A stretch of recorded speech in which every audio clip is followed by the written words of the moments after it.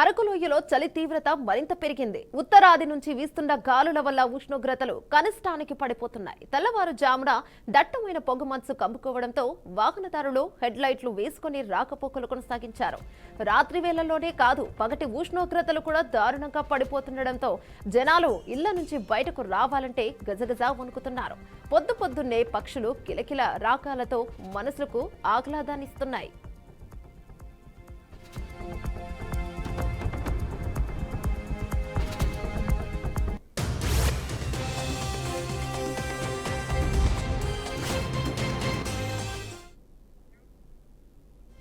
మరింత సమాచారం అందించడానికి విశాఖ నుంచి శ్రీనివాస్ ఫోన్ లో ఉన్నారు. శ్రీనివాస్, చెప్పండి.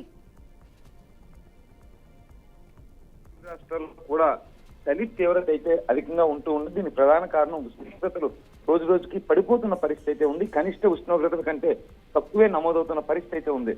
ప్రధానంగా చూసుకుంటే గిరిజన ప్రాంతాలు ఏవైతే ఉన్నాయో, అంటే అల్లూరి మన్యం జిల్లాలో ఉండే లంబసింగి, చింతపల్లి, వీమాడుగుల, పాడేరు, అరకు, అనంతగిరి తదితర మండలాల్లో అయితే పూర్తిగా కూడా చలి తీవ్రత అధికంగా ఉందని చెప్పుకోవచ్చు. 4 నుంచి 5 డిగ్రీల సెల్సియస్ మాత్రమే నమోదవుతున్న పరిస్థితి అయితే ఉంది. గతంలో చూసుకుంటే డిసెంబర్ నెలలో ఇదే విధంగా నమోదవుతూ ఉండేది. ఇప్పుడు కూడా అదే కొనసాగుతూ ఉన్న పరిస్థితి అయితే ఉంది.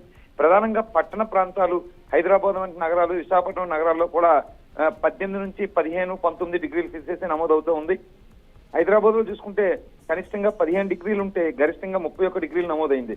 అలాగే విశాఖపట్నంలో చూసుకుంటే కనుక సేమ్ అలాగే 19 డిగ్రీల వరకు నమోదైన పరిస్థితి అయితే ఉంది. విజయవాడలో చూసుకుంటే 19 డిగ్రీలు కనిష్టం, అలాగే గరిష్టంగా కూడా 30 డిగ్రీల పైన కూడా నమోదైన పరిస్థితి అయితే ఉంది.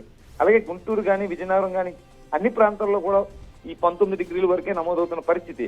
అయితే అల్లూరు జిల్లాలో మాత్రం 4 నుంచి 5.4 లేదా 5.4 డిగ్రీలకి పడిపోతున్న పరిస్థితి ఉంది. ఘాట్ రోడ్ లో పొగమంచు కారణంగా కూడా ఉదయం 9 గంటలైనప్పుడు కూడా వాహనదారులు లైట్లు వేసుకుని ఫ్లడ్ లైట్లలోనే ప్రయాణం చేయాల్సిన పరిస్థితి అయితే ఉంది.